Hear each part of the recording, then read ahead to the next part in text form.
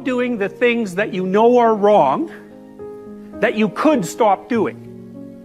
Right? So it's a fairly limited attempt. First of all, we're not going to say that you know what the good is or what the truth is in any ultimate sense. But we will presume that there are things that you're doing that for one reason or another you know are not in your best interests. There's something about them that you just know you should stop. They're kind of self-evident to you. Other things you're going to be doubtful about. You're not going to know which way is up and which way is down. But there are things that you're doing that you know you shouldn't do. Now, some of those you won't stop doing for whatever reason. You don't have the discipline, or maybe there's a secondary payoff, or you don't believe it's necessary, or it's too much of a sacrifice, or you're angry or resentful or afraid. Who knows? So forget about those for now. But there's another subset that you could stop doing. It might be a little thing. Well, that's fine. Stop doing it and see what happens. And what'll happen is your vision will clear a little bit. And then something else will pop up in your field of apprehension that you will also know you should stop doing, and that you could stop doing, because you've strengthened yourself a bit by stopping doing the particular stupid thing that you were doing before. That just puts you together a little bit more. And you could do that repeatedly for an indefinite period of time. And you know, that doesn't necessarily mean that you're going to ever be able to formulate a clear and final picture of what constitutes the truth and the good. But it does mean that you'll be able to continually move away from what's untruth and what's bad. And you know, that's not a bad start. Sometimes, you know, I can't sleep at night because I'm thinking about something, and usually what I'll do is go write it down. I have some writing to do, so I get up and I go write down what I'm thinking, and that usually does the trick. But because I had been playing with YouTube, I thought, well,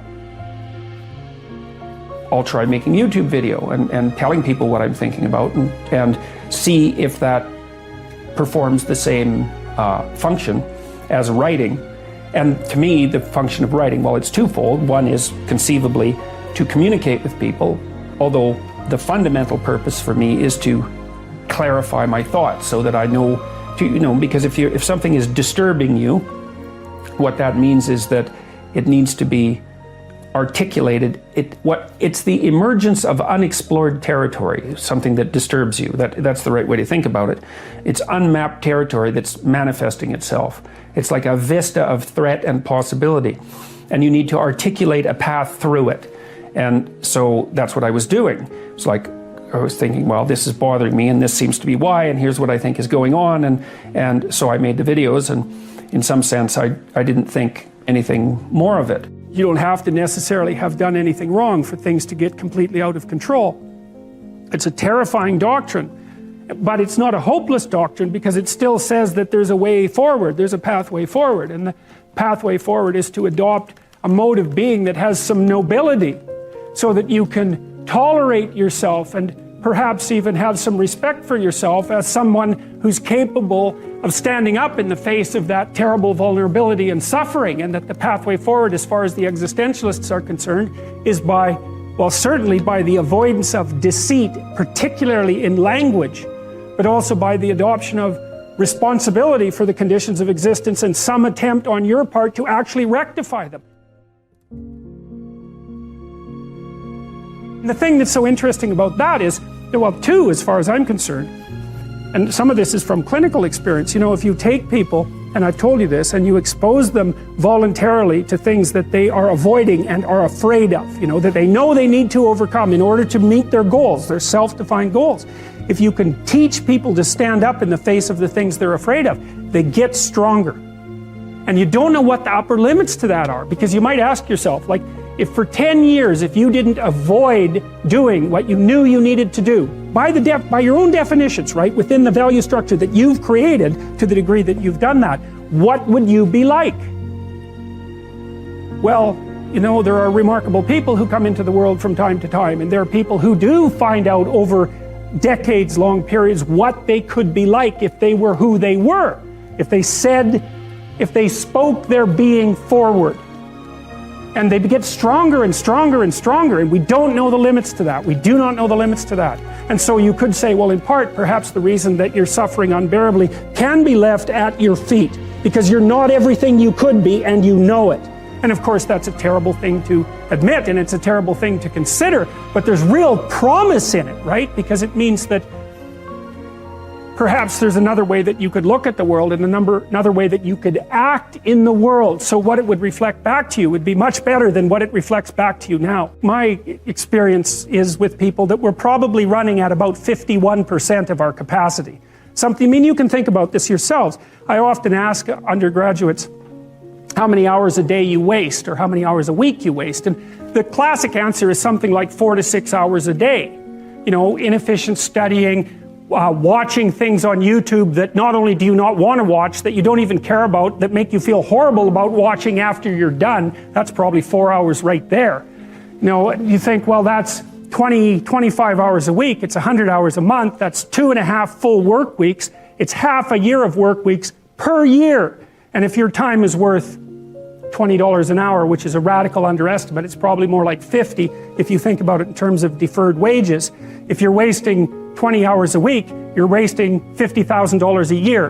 And you are doing that right now. And it's because you're young, wasting $50,000 a year is a way bigger catastrophe than it would be for me to waste it, because I'm not going to last nearly as long.